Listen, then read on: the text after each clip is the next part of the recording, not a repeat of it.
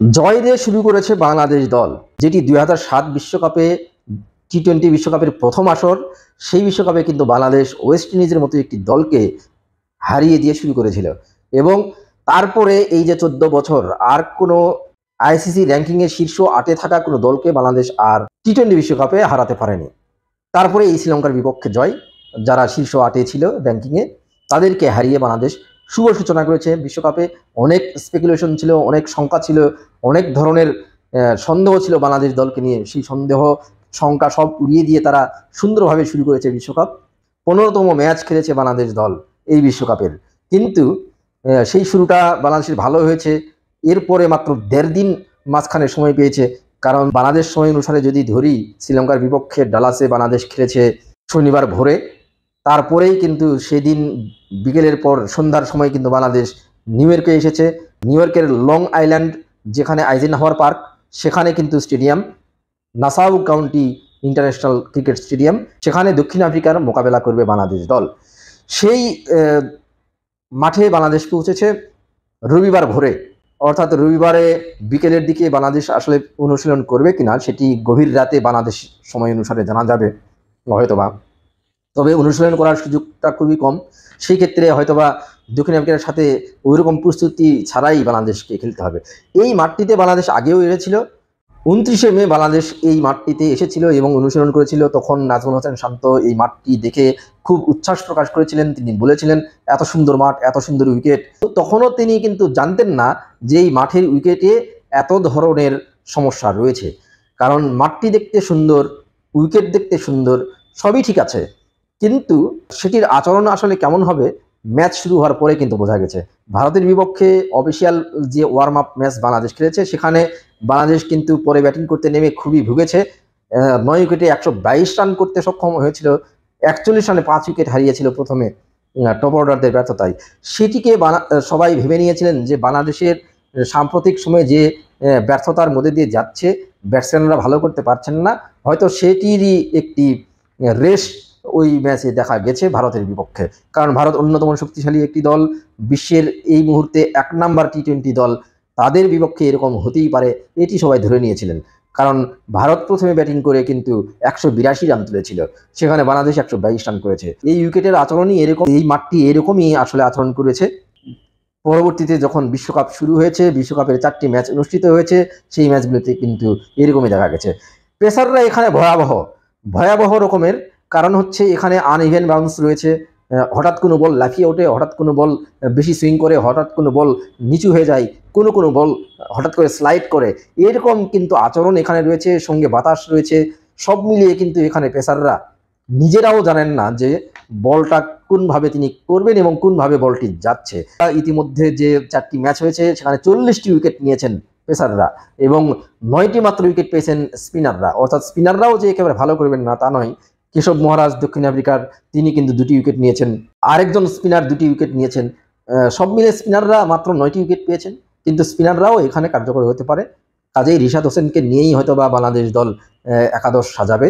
কারণ হচ্ছে রিশাদ হোসেন যেহেতু ডালাসে প্রথম ম্যাচটিতে দুর্দান্ত বোলিং করে ম্যান অফ দ্য ম্যাচ হয়েছেন, ক্যারিয়ার সেরা বোলিং করেছেন, সেই রিশাদ হোসেনকে নিশ্চয়ই বাংলাদেশ দল ছাড়বে না।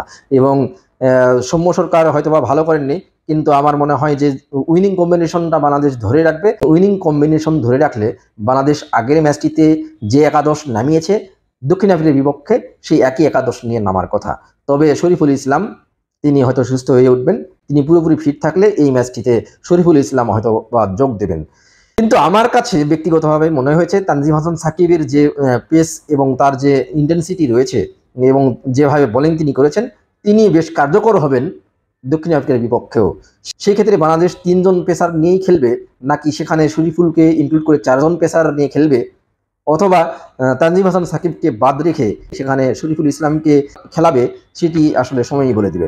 তো এই দুটি পরিবর্তন হয়তো বা আসতে পারে। সৌম্যর বদলে শেখ মেহেদী হাসান, যেহেতু শেখ মেহেদী হাসান শুরুর দিকে খুব ভালো আঁটো বোলিং করতে পারেন, মিতব্যয়ী বোলিং করতে পারেন, সে কারণে তাকে হয়তোবা রাখা হতে পারে, অথবা সেই জায়গায় কিন্তু শরীফুল ইসলাম খেলতে পারেন। ৪ জন পেসার নিয়ে বাংলাদেশ দল খেলতে পারে এই প্রথম, এই একটি সম্ভাবনা রয়েছে। বাংলাদেশ এখন পর্যন্ত সাউথ আফ্রিকার বিপক্ষে ৮ বার মুখোমুখি হয়েছে আন্তর্জাতিক টি-20-তে। 8বারের কোনোবারই বাংলাদেশ দল প্রতিদ্বন্দ্বিতা করতে পারেনি। 2008 সালে একটি টি-20তে মাত্র 12 রানে হেরেছিল, সেটি হয়তোবা কিছুটা প্রতিদ্বন্দ্বিতাপূর্ণ হয়েছিল। এছাড়া কোনো ম্যাচে দক্ষিণ আফ্রিকার বিপক্ষে বাংলাদেশ দাঁড়াতেও পারেনি। দক্ষিণ আফ্রিকার বিপক্ষে বাংলাদেশের এইরকম একটি বাজে পরিসংখ্যান রয়েছে। অন্য যত টেস্ট ক্রিকেটের দল রয়েছে সবার বিপক্ষেই বাংলাদেশের কিন্তু জয় আছে।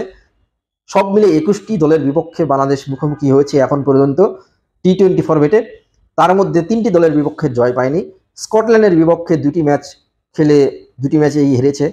তারপরে হংকংয়ের বিপক্ষে একটি ম্যাচ খেলে সেই ম্যাচটিতে হেরেছে, সেটি 2014 টি-20 বিশ্বকাপে হয়েছিল। আর সাউথ আফ্রিকার বিপক্ষে 8টি ম্যাচ খেলে কোনো ম্যাচ জিততে পারেনি। দেখা যাক এই প্রথম বাংলাদেশ তাদের হারাতে পারে কিনা। বিশ্বকাপ মঞ্চেও 3বার দেখা হয়েছে দুই দলের, 2007 সালে, 2021 এবং 2022।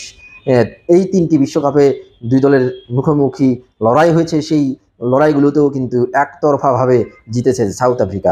এবং সাউথ আফ্রিকার পেসাররা এই বিশ্বকাপে অন্ততপক্ষে নিউ ইয়র্কে এই মাঠটিতে 2টি ম্যাচ খেলেছে দক্ষিণ আফ্রিকা, এবং 2টি ম্যাচে কিন্তু পেসাররা দুর্দান্ত বোলিং করেছেন। যদিও কাগিসু রাবাদা তিনি খুব একটি ভালো করতে পারছেন না, কিন্তু এনরিক নরকিয়া তিনি কিন্তু একদম প্রতিপক্ষের জন্য আতঙ্ক হয়ে উঠেছেন। তিনি ইতিমধ্যে 6 উইকেট নিয়েছেন এই নিউ ইয়র্কের মাঠটিতে, এবং সবচেয়ে বেশি উইকেট তারই ঝুলিতে রয়েছে এই মাঠে। ওটনিল বার্কম্যান রয়েছেন, তিনিও কিন্তু দুর্দান্ত ফর্মে রয়েছেন, এবং তিনি নেদারল্যান্ডসের বিপক্ষে 4টি উইকেট নিয়েছেন। মার্কো ইয়ানসেন রয়েছেন, কাগিসু রাবাদা তো আছেনই। এই 4 জন পেসারকে নিয়ে কিন্তু সাউথ আফ্রিকা নামবে। কেশব মহারাজ অবশ্যই থাকবেন, সঙ্গে তাদের ফায়ার পাওয়ার রয়েছে ব্যাটিংয়ে। ডেভিড মিলার অত্যন্ত দুর্দান্ত খেলছেন, বাকিরা অবশ্য রান করতে পারছেন না, কিন্তু প্রত্যেকেই টি-20 ফরম্যাটের অন্যতম এক্সপ্লোসিভ ব্যাটার।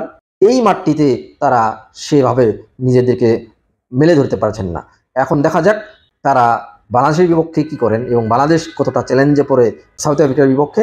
সেই চ্যালেঞ্জ নেওয়ার জন্য এবং প্রথমবার বিশ্বকাপ মঞ্চে সাউথ আফ্রিকার বিপক্ষে জেতার জন্য বাংলাদেশ দল যথেষ্ট প্রস্তুতি নেয়নি।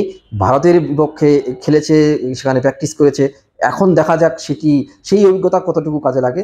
যদিও এখানে অভিজ্ঞতা তেমন কাজে লাগছে না এই মাঠে। সাউথ আফ্রিকা 2টি ম্যাচ খেলার পরেও কিন্তু নিশ্চিত না যে আসলে তারা কতটুকু ভালো করতে পারবে আগামী ম্যাচটিতে। সেই কারণে এই ম্যাচে অবশ্যই দুই দলেরই যথেষ্ট সুযোগ রয়েছে। সাউথ আফ্রিকা ইতিমধ্যে 2টি ম্যাচ জিতেছে, 4 পয়েন্ট তাদের। এই ম্যাচটি জিতলে সুপার 8 পর্বে খেলা অনেকটাই নিশ্চিত হয়ে যাবে। আর বাংলাদেশের কিন্তু যদি হেরে যায় তাহলে একটু সমস্যার মধ্যে পড়তে হবে, কারণ পরবর্তী 2 ম্যাচ সেই ক্ষেত্রে বাংলাদেশকে জিততেই হবে নেপাল এবং নেদারল্যান্ডসের বিপক্ষে। সেই কারণে বাংলাদেশের জন্য এই ম্যাচটি অত্যন্ত গুরুত্বপূর্ণ, এবং এই ম্যাচটিতে যদি বাংলাদেশ দল জিতে যায় তাহলে কিন্তু বাংলাদেশের সুপার 8-এ খেলার স্বপ্ন অনেকটাই পূর্ণ হওয়ার পথে থাকবে, এবং অনেকটাই সহজ হয়ে যাবে এই সমীকরণটা। মাঠের যে গতি প্রকৃতি, মাঠের যে অবস্থা, উইকেটের যে পরিস্থিতি, তাতে কিন্তু সাউথ আফ্রিকার যেমন সুযোগ রয়েছে বাংলাদেশেরও তেমন সুযোগ রয়েছে। তো শুভকামনা বাংলাদেশ দলকে। গত ম্যাচে যে আত্মবিশ্বাস বাংলাদেশ পেয়েছে, নতুন করে নিজেদেরকে ফিরে পেয়েছে, সেটি কাজে লাগিয়ে দক্ষিণ আফ্রিকার বিপক্ষে প্রথমবার জয় তুলে নিতে পারে কিনা। ধন্যবাদ সবাইকে।